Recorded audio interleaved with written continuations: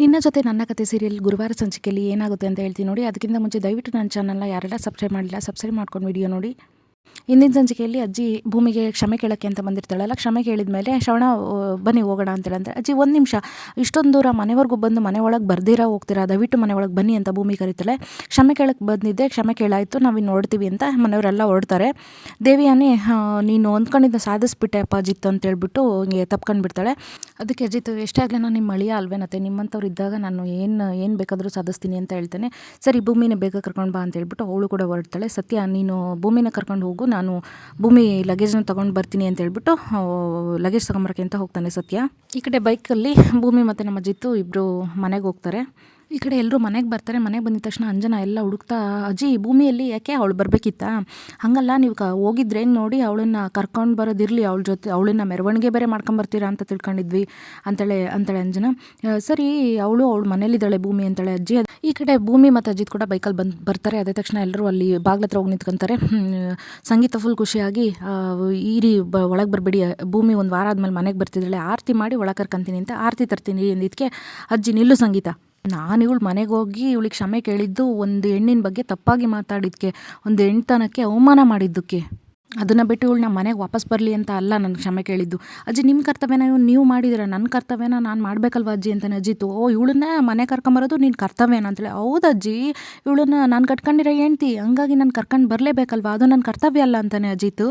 ನಮಗೆ ನಮ್ಮ ಮೊಮ್ಮಗ ಅಷ್ಟೇ ಸಾಕು ಅಂತೇಳಿ ಅಜ್ಜಿ. ಒಳ್ಳೆ ಸರಿಯಾಯ್ತಲ್ಲ ಅಜ್ಜಿ, ನಾನು ಮಾತು ಕೊಟ್ಟಂಗೆ ನೀವು ಹೇಳಿರೋ ಗಡುವು ಒಳಗೇ ಇವಳನ್ನ ಏನೂ ತಪ್ಪಿಲ್ಲ ಅಂತ ಸಾಕ್ಷಿ ಸಮೇತ ಪ್ರೂವ್ ಮಾಡಿ ಮನೆ ಕರ್ಕೊಂಬಂದಿದ್ದಾಯಿತು. ನೋಡಜ್ಜಿ, ಇವಳು ನನ್ನ ಪಾಲಿನ ಸೀತೆ, ಇವಳನ್ನ ಈ ಮನೆ ಒಳಗೆ ಬರದೇ ಇರೋ ತಡೆಯೋಕ್ಕೆ ಯಾರ ಕೈಯಿಂದನೂ ಸಾಧ್ಯ ಇಲ್ಲ ಅಂತ ಸಿಟ್ಟಲ್ಲಿ ಹೇಳ್ಬಿಡ್ತಾನೆ ಅಜಿತ್ತು. ಭೂಮಿ ನಡಿ ಒಳಗೆ ಅಂತ ಅಜಿತ್ ಅಂದಾಗ, ಇರೋ ಒಂದು ನಿಮಿಷ ಆರತಿ ಮಾಡ್ತೀನಿ ಪಲ್ಲವಿ, ಆರತಿ ತಟ್ಟೆ ತಾರಮ್ಮ ಅಂತೇಳಿ ಸಂಗೀತ. ಪಲ್ಲವಿ ಹೋಗಿ ಆರತಿ ತಟ್ಟೆ ತಂದು ಇಬ್ಬರಿಗೂ ಆರತಿ ಮಾಡಿ ಸಂಗೀತ ಹಣೆಗೆ ಇಬ್ಬರಿಗೂ ಕುಂಕುಮ ಇಡ್ತಾಳೆ. ಬನ್ನಿ ಒಳಗೆ ಅಂತೇಳಿ ಅಂತಂದಾಗ ಆವಾಗ ಒಳಗೆ ಬರ್ತಾರೆ ಭೂಮಿ ಮತ್ತು ಅಜಿತ್ ಇಬ್ರು. ಮಗನೇ ಅಂತೇಳಿ ಇಬ್ಬರೂ ದೇವ್ರ ಗುಡಿ ಹತ್ರ ಕರ್ಕೊಂಬಂದು ಕೈ ಮುಗಿರಿ ದೇವ್ರಿಗೆ ಅಂತೇಳಿ ಸಂಗೀತ ಹೇಳ್ತಾಳೆ. ಇಬ್ಬರು ಕೈ ಮುಗಿತಾರೆ. ಭೂಮಿ ತಗೋ ಬೆಂಕಿ ದೇವ್ರಿಗೆ ದೀಪ ಹಚ್ಚು ಅಂತಂದಾಗ ಭೂಮಿ ಒಂದ್ಸಲಿ ಅಜ್ಜಿ ಎದುರಿಸಿದ್ದನ್ನು ನೆನಪು ಮಾಡ್ಕೊಂಡು ಅಜ್ಜಿ ಕಡೆಗೆ ನೋಡ್ತಾಳೆ.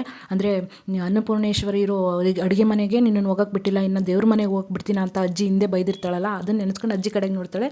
ಈ ಕಡೆ ಅಜ್ಜಿತ್ತು, ಭೂಮಿ ನೀನು ಆಲ್ರೆಡಿ ಎಂಟ್ರೆನ್ಸ್ ಎಕ್ಸಾಮ್ ಪಾಸಾಗಿ ಹೋಗಿದ್ಯಾ, ಮತ್ತೆ ಯಾಕೆ ಎದುರ್ತಿದ್ಯಾ, ಹೋಗಿ ದೀಪ ಹಚ್ಚೋಗು ಅಂತೇಳಿ ಅಂತಾನೆ ಅಜ್ಜಿತ್ತು. ಆಹಾ, ಎಲ್ರಿಗೂ ಇಷ್ಟೊಂದು ಸಪೋರ್ಟ್ ಕೊಡೋಂಥ ಹುಡುಗ ಅಂದರೆ ಗಂಡ ಸಿಕ್ಕಿದ್ರೆ ಎಷ್ಟು ಚೆನ್ನಾಗಿರುತ್ತಲ್ವ.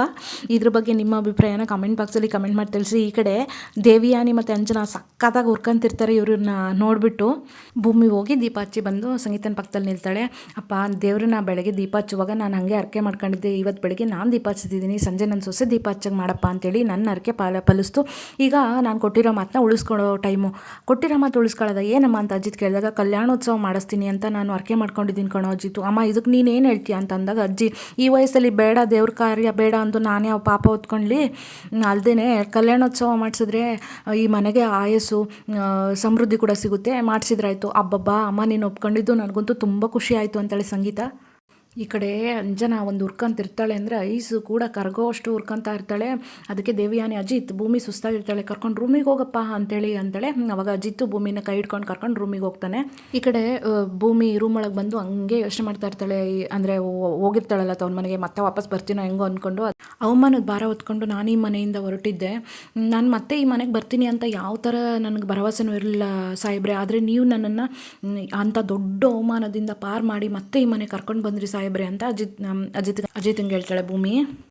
ನನ್ನ ಎತ್ತೋಳು ನನಗೆ ಜನ್ಮ ಕೊಟ್ಟರೆ ನೀವು ನನಗೆ ಮರುಜನ್ಮ ಕೊಟ್ಟರೆ ತುಂಬ ತುಂಬ ಥ್ಯಾಂಕ್ಸ್ ಸಾಹೇಬ್ರೆ ಅಂತಾಳೆ. ಬೆಂಕಿ ಬಿತ್ತು ನಿನ್ನ ಪ್ರಾಮಿಸಿಗೆ, ನಾನು 7 ದಿನದಲ್ಲಿ ನಿನ್ನನ್ನು ಇದರಿಂದ ಪಾರು ಮಾಡ್ತೀನಿ ಅಂತ ಹೇಳಿದ್ದೆ ತಾನೇ ನಿನಗೆ, ಯಾವನ್ನ ಕೇಳಿ ಸಾಯ ನಿರ್ಧಾರ ಮಾಡ್ಕೊಂಡೆ ನೀನು, ನಿನ್ನ ಟಾಪ್ ಲೋನ್ ಏನಾದರೂ ನಿನಗೆ ಖಾಲಿ ಇದೆಯಾ, ನಿನಗೆ ಬುದ್ಧಿ ಇತ್ತಾ, ನಾನು ಎಷ್ಟು ಪಾಡ್ತಿದ್ದೀನಿ, ನೀನು ನೋಡಿದ್ರೆ ಸಾಯ ನಿರ್ಧಾರ ತೊಗೊಂಡಿದ್ದೀಯ ಅಂತ ಅವಳ ಮೇಲೆ ಸ್ವಲ್ಪ ಕೋಪದಿಂದ ಕಿಚ್ಚಾಡ್ಬಿಡ್ತಾನೆ ನಮ್ಮ ಅಜಿತ್ತು.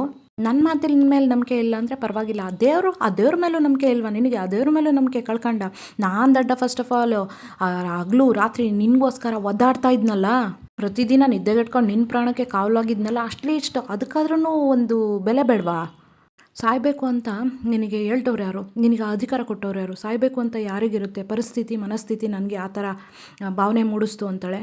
ನನಗೊತ್ತು ನಾನು ಮಾಡಿರೋ ತಪ್ಪು ಅಂತ, ದಯವಿಟ್ಟು ನನ್ನ ಕ್ಷಮಿಸಿ ಅಂತಾಳೆ ಭೂಮಿ. ಅದಕ್ಕೆ ಅಜಿತ್ತು, ಕ್ಷಮಿಸಲ್ಲ, ನಿನ್ನನ್ನು ನಾನು ಕ್ಷಮಿಸಲ್ಲ ಅಂತ ಕೈ ಎತ್ತಕ್ಕೆ ಹೋಗ್ತಾನೆ. ಏನು ಕ್ಷಮಿಸೋಣ, ಏನು ಮಾಡ್ತೀರಾ ನೀವು ನನ್ನನ್ನು, ಮಾಡಿರಿ ಅದೇನು ಮಾಡ್ತೀರಾ ಮಾಡಿರಿ, ನನ್ನನ್ನು ಏನು ನನ್ನನ್ನು ಅಂತ ಅಜಿತ್ ಮೈ ಮೇಲೆ ಬೀಳಂಗೆ ಹೋಗ್ತಾಳೆ ಭೂಮಿ. ಈ ಕಡೆ ಅಂಜನಾ ಅವ್ರ ಅಮ್ಮ ಫುಲ್ ಕ್ಲಾಸ್ ತಗೊಂಡಿರ್ತಾಳೆ. ಭೂಮಿನ ಮನೆಯಿಂದ ಆಚೆ ಹೋಗೇ ಬಿಟ್ಲು, ಅವಳಿನ್ ಬರಲ್ಲ ಅಂತ ಫುಲ್ ಬಿಲ್ಡಪ್ ಕೊಟ್ಟಲ್ಲ. ಮಾಮ್ ಇವಾಗ ಏನಾಯಿತು, ವಾಪಸ್ ಹೋದವಳು ಹಾಗೆ ಬಿರುಗಾಳಿ ಥರ ವಾಪಸ್ ಬಂದೇ ಬಿಟ್ಟಿದ್ದಾಳೆ. ನಾನು ಏನೂ ಚಿಂತೆ ಇಲ್ದಿರೋಳ ಥರ ಆರಾಮಾಗ್ಬಿಟ್ಟೆ. ನಾನು ನಿಮ್ಮನ್ನು ನಂಬಿ ನಿಮ್ಮ ಮಾತು ಕೇಳಿ ಬರ್ಬಾದಾಗ್ಬಿಟ್ಟೆ. ಆ ಟೈಮು ನನ್ನ ಪಾಲಿಗೆ ಪಕ್ಕ 4:20 ಆಗಿದೆ. ಆ ಅಜಿತ್ ನೋಡಿದ್ರೆ ದಾಳ ಸಿಕ್ಬಿಟ್ಟಿದೆ, ದಾಳ ಹಾಕ್ದವ್ರನ್ನ ಪತ್ತೆ ಮಾಡ್ತೀನಿ ಅಂತ ನನ್ನ ಮುಖ ನೋಡ್ತಾನೆ.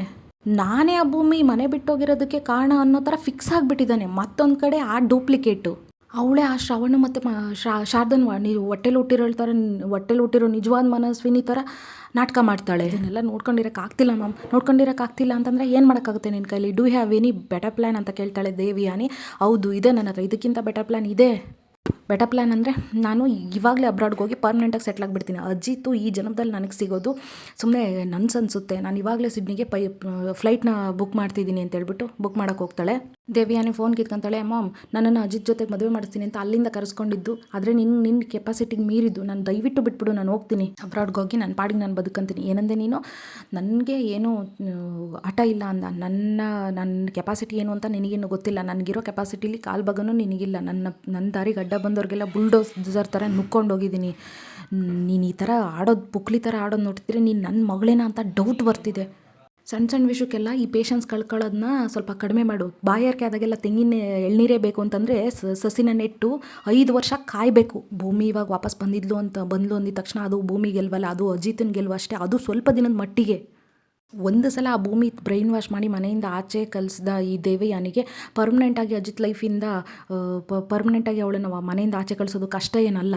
ಈ ಕಡೆ ಭೂಮಿ ಅಜಿತ್ಗೆ ಒಂದು ಒಳ್ಳೆ ಕ್ವಶನ್ ಕೇಳ್ತಾಳೆ. ಈ 5 ಕಟೌಟು ಏನು ತೊಂದರೆ ಆಗದಿರ ನಿಮ್ಮ ಮುಂದೆ ಸೇಫಾಗಿ ನಿಂತಿದೆ, ಏನಕ್ಕೆ ಸ್ವಲ್ಪ ಹೊತ್ತು ಸುಮ್ಮನೆ ಇರ್ದಿರ ವಟ ಅಂತಿದ್ದೀರಾ? ಅಷ್ಟಕ್ಕೂ ನಾನು ಸತ್ರೆ ನಿಮಗೇನು ಸಾಯಬ್ರೆ ಅಂತ ಒಂದು ಕ್ವಶನ್ ಆಗ್ತಾಳೆ ನೋಡಿ. ಆವಾಗ ಅಜಿತ್ ಆ ಭೂಮಿ ಹತ್ರಕ್ಕೆ ಹೋಗಿ ತಾಳಿ ಹಿಡ್ದು ಎತ್ತಿ, ನಿನಗೆ ಈ ತಾಳಿ ಕಟ್ಟಿರೋ ಗಂಡ ಐ ಮೀನ್ 1 ವರ್ಷ ಅಗ್ರಿಮೆಂಟ್ ಆಗಿದೆಯಲ್ಲ, 1 ವರ್ಷ ಅಗ್ರಿಮೆಂಟ್ ಮುಗಿಯೋ ತನಕ ನಾನು ನಿನ್ನ ಗಂಡನೇ, ನೀನು ನಾನು ಹೆಣ್ತೀನಿ ತಾನೇ? ಅದಕ್ಕೆ ಆಗಂದೆ ಈ ಟೈಮಲ್ಲಿ ನೀನೇನಾದರೂ ಜೀವ ಕಳ್ಕೊಂಡ್ರೆ ಅದು ನನ್ನ ತಲೆ ಮೇಲೆ ತಾನೇ ಬರೋದು. ಓಹೋ, ಅದು ನಿಮ್ಮ ತಲೆ ಮೇಲೆ ಬರುತ್ತೆ ಅಂತ ಇಷ್ಟೊತ್ತವರೆಗೂ ಕೇಳ್ತಿದ್ದ. ಜೀವ ಯಾಕೆ ಕಳ್ಕೊಂಡಿದ್ದು ಅಂತ ಪ್ರೀತಿಯಿಂದ ಏನಲ್ಲ, ನನಗೇನಾದರೂ ಆಗ್ಬಿಡುತ್ತೆ ಅಂತ ಪ್ರೀತಿಯಿಂದ ಅಲ್ವಾ ನೀನು ಬಂದಿದ್ದು? ಎಲ್ಲ ತಮಾಷೆನೇ ನಿನಗೆ, ಎಲ್ಲದು ತಮಾಷೆನಾ? ಈ ಕಾಂಟ್ಯಾಕ್ಟ್ ಮುಗಿಯೋವರೆಗೂ ಐ ಮೀನ್ ಅಂಜನದ್ದು ಮದುವೆ ಮುಗಿಯೋವರೆಗೂ ನೀನು ನನ್ನ ಬಿಟ್ಟು ಎಲ್ಲೂ ಹೋಗಂಗಿಲ್ಲ. ಸರಿ ಆಯಿತು ಅಂತೇಳೆ. ಆದರೂ ನಿನ್ನನ್ನು ನಂಬೋಕ್ಕಾಗಲ್ಲ. ನಾವ್ಯಾರೂ ಇಲ್ದಾಗ ನಮ್ಮನ್ನೆಲ್ಲ ನನ್ನನ್ನು ಬಿಟ್ಟು ನೀನು ಹೋಗೋ ಅಂಥ ದೊಡ್ಡ ಲೂಸ್ ನೀನು. ಒಂದು ಕೆಲಸ ಮಾಡು, ನನಗೆ ಹೇಳ್ದಿರ ಮಾಡ್ದಿರ ನನ್ನನ್ನು ಬಿಟ್ಟು ಹೋಗಲ್ಲ ಅಂತ ಹೇಳ್ಬಿಟ್ಟು ನನಗೆ ಪ್ರಾಮಿಸ್ ಮಾಡು ಅಂತ ಹೇಳಿದಾಗ ಕೈ ಹಿಡಕ್ಕೆ ಹೋಗಿ, ಇಲ್ಲ ನಾನು ಕಾಂಟ್ರಾಕ್ಟಲ್ಲೇ ಹೇಳಿದ್ದೀನಲ್ವಾ, ಮತ್ತು ಪ್ರಾಮಿಸ್ಗೆ ಕಾಂಟ್ರಾಕ್ಟಲ್ಲಿ ಹೇಳಿದ್ರು ಸಾಯಕ್ಕೆ ಹೋಗಿದ್ದಲ್ಲ, ಅಂದರೆ ಕಾಂಟ್ರಾಕ್ಟಿಗಿಂತ ಪ್ರಾಮಿಸ್ ಹೆಚ್ಚಿಗೆನಾ? ಹಂಗಾದರೆ ಕಾಂಟ್ರಾಕ್ಟ್ ಮಾಡೋಕ್ಕಿಂತ ಮುಂಚೆ ಕಾಂಟ್ರಾಕ್ಟ್ ಮಾಡೋದ್ರ ಬದಲು ಈ ಥರ ಆಣೆ ಪ್ರಮಾಣ ಮಾಡಿನೇ ಮದುವೆ ಆಗ್ಬೋದಿತ್ತಲ್ವಾ? ನೋಡು, ಈ ತಲಾಟೆ ಎಲ್ಲ ಮಾಡೋಕ್ಕೆ ಹೋಗ್ಬೇಡ, ಸುಮ್ಮನೆ ಆಣೆ ಮಾಡು. ನಾನು ಮಾಡಲ್ಲ ಅಂದರೆ ಮಾಡಲ್ಲ ಅಂತೇಳೆ ಭೂಮಿ. ನೋಡು, ಸುಮ್ಮನೆ ತಲಾಟೆ ಮಾಡು. ನಾನು ಮಾಡಲ್ಲ ಅಂದರೆ ಏನು ಮಾಡ್ತೀರಾ ಇವಾಗ ಅಂತ ಸ್ವಲ್ಪ ರೈಸ್ ಆಗ್ತಾಳೆ. ನೀನು ಆತ್ಮಹತ್ಯೆ ಮಾಡ್ಕೊಳ್ಳೋ ಅಗತ್ಯನೇ ಇಲ್ಲ, ನಾನೇ ನಿನ್ನ ಮುಗಿಸ್ಬಿಡ್ತೀನಿ. ಹೌದಾ ಅಂತಾಳೆ. ಹಾಗೆ ಕುತ್ತಿಗೆ ಇಚ್ಕಾಕಿ ಅಂತ ಹೋಗ್ತಾನೆ. ತಪ್ಪಿಸ್ಕೊಂಡು ಈ ಕಡೆ ಅಜಿತ್ ಬೆಡ್ ಮೇಲೆ ಸೀರೆ ಇರುತ್ತಲ್ಲ, ಸಾಯ್ಬ್ರೆ ನನ್ನ ಸೀರೆ ಯಾಕೆ ನಿಮ್ಮ ಬೆಡ್ ಮೇಲೆ ಇದೆ ಅಂತ ಭೂಮಿ ಕೇಳಿದಾಗ, ಅದು ಅವಳು ಮನೆ ಬಿಟ್ಟು ಹೋಗಿರ್ತಾಳಲ್ಲ, ಅವಳು ನೆನಪಿಗಾಗಿ ಕಬೋರ್ಡಿಂದ ತಗೊಂಡಿರ್ತಾನೆ. ಏನು ಹೇಳಲ್ಲ, ಹಂಗೆ ಭೂಮಿ ಮುಖ ನೋಡ್ತಾನೆ. ಇದಿಷ್ಟು ನೋಡಿ ಗುರುವಾರದ ಸಂಚಿಕೆ ತುಂಬ ಚೆನ್ನಾಗಿದೆ. ನೀನಾದೇನ ಸೀರಿಯಲಲ್ಲಿ ನಮ್ಮ ವಿಕಿ ವೇದ ಯಾವ ಥರ ಇಷ್ಟಪಡ್ತಾರೋ ಒಬ್ಬರನ್ನೊಬ್ಬರು, ಹಾಗೇನೆ ಇದರಲ್ಲೂ ಕೂಡ ತುಂಬ ಇಷ್ಟಪಡ್ತಾರೆ. ಮುಂದಿನ ಸಂಚಿಕೆಯಲ್ಲಿ ಮತ್ತೆ ಸಿಗೋಣ. Thank you so much, bye.